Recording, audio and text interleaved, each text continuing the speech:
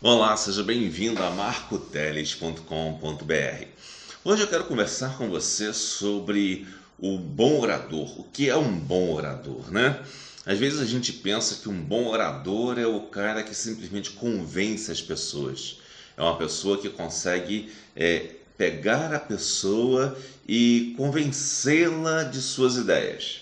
Por exemplo, sobre esse conceito da oratória com mera persuasão, você pode considerar Lula, o esquerdista Lula, como excelente orador. Por exemplo, você pode considerar o Olavo de Carvalho, que é um boca suja, inveterado e que fala muita bobagem, como excelente orador, porque ele convence as pessoas das suas ideias. Simplesmente convence. E convence não para o bem, mas para o mal, muitas vezes. Né? Por mais que você goste do sujeito, é verdade, ele não convence para o bem. Né? Quando um sujeito usa o palavrão, ou qual é a coisa que ele está fazendo, por exemplo, no recurso de retórica? Ele está atacando você emocionalmente e ele está usando aquilo como bengala para não mostrar a fragilidade retórica dele naquele momento. Ele está escondendo a fragilidade do que ele está dizendo e está atacando você emocionalmente para que você, se você aceitar aquele ataque, se você assimilar aquele ataque, você assimila qualquer coisa que ele diga depois.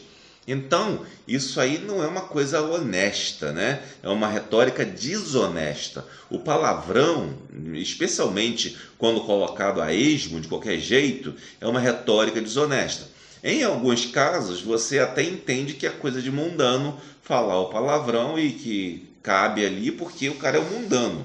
Mas em outros casos, quando há um exagero em palavrão, realmente o cara fala de propósito, ele fala para te manipular. Então ele não é um bom orador. O Lula era o maior boca suja que tinha, né? Tremendo boca suja. É ainda, né? Tá vivo por enquanto. Se Deus queira, Deus o tenha, né? Que seja assim. Mas é um cara que é um boca suja, é um esquerdista, que é um cara que destruiu o Brasil, de certa forma. Então você chegar para mim e dizer que uma pessoa que convence é um bom orador, eu acho que não é por aí. Depende do seu contexto, do seu conceito, melhor dizendo, de oratória. Às vezes a oratória ela precisa ter uma coisa mais do que o mero convencimento. O que convence não é a oratória, é a retórica.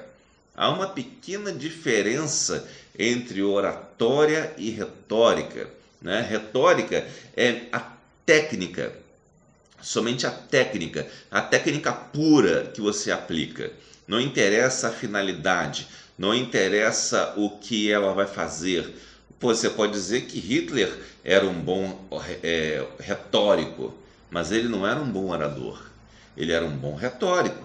A retórica dele servia, embora fosse exagerada, estranha, servia para convencer as pessoas.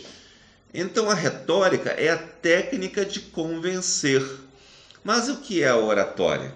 Oratória é você convencer para o bem, para que aquela pessoa melhore, para, digamos assim, um aperfeiçoamento daquela pessoa.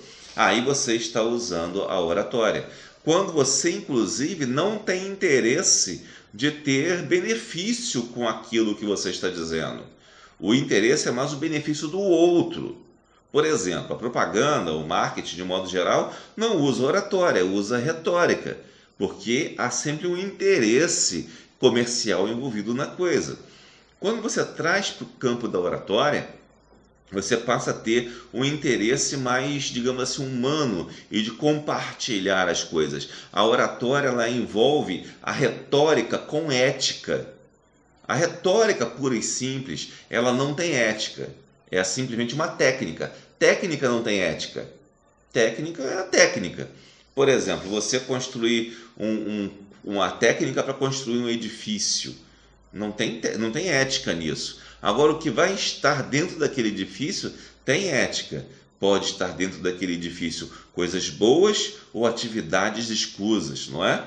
Isso é ético, isso possui ética, mas é uma comparação mais ou menos simples do que seria a retórica. A retórica É a técnica de convencer sem nenhuma ética. Não está preocupado com a ética das coisas. Não está preocupado com o que você vai ganhar, o que o outro vai perder. Está preocupado apenas em convencer para ter algum benefício em relação às outras pessoas.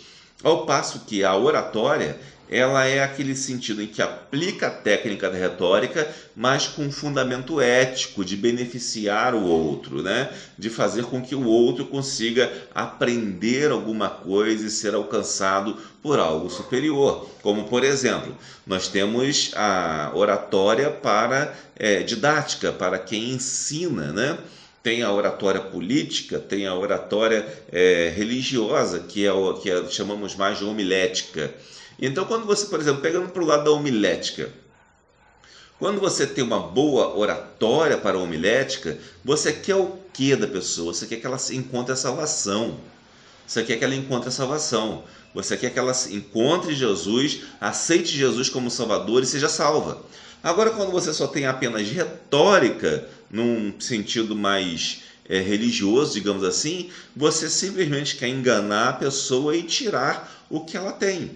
Essa é a diferença. Às vezes você vê algumas pessoas que têm apenas retórica e outras têm oratória, certo? A retórica, ela é pura, é técnica pura, é marketing puro, né? Ao passo que a oratória, ela tem uma ética envolvida. Então você vai analisar se uma pessoa é um bom orador, se dentro daquele discurso levar a uma finalidade ética saudável, louvável. Essa é a grande diferença.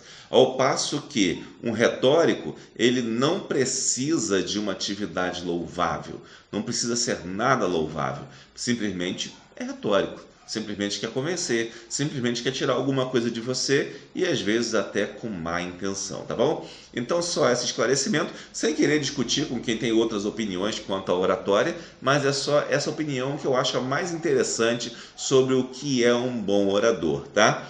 Podemos até pensar quem seria um bom orador nessas situações, né? Mas no Brasil atualmente está difícil, porque alguns bons oradores, inclusive, acabam usando recursos de sujeitos que pregam algumas práticas manipuladoras, como, por exemplo, usar palavrões indiscriminadamente e acabam se tornando péssimos oradores simplesmente porque praticam uma atividade não ética dentro do seu arcabouço de técnicas retóricas, certo? Então, esse é o que eu tenho para dizer hoje e espero que você encontre bons oradores. Por exemplo, você pode encontrar um bom orador aqui na história dos evangélicos no Brasil. O pastor Nilson do Amaral Fanini era um excelente orador. Temos outros aí, como Augusto Nicodemos, também é um bom orador, né? E outros. O Silas Malafaia também pode-se dizer um bom orador, porque ele está também pregando a palavra, embora não seja tão elaborado assim, ele é mais espontâneo, né?